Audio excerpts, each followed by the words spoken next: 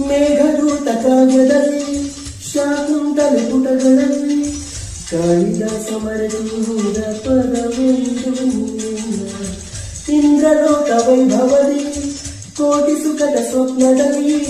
ವರದಿಯೊಂದು ಬಂದು ಅದು ನೀನೇ ನಾನು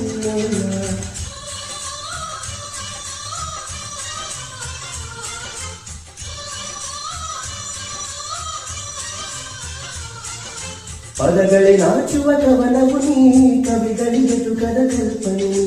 ಕುಂಚವೇ ನಾಚುವ ಚಿತ್ತವು ನೀ ಬಣ್ಣಗಳಿಲ್ಲದೆ ನುಗುಳು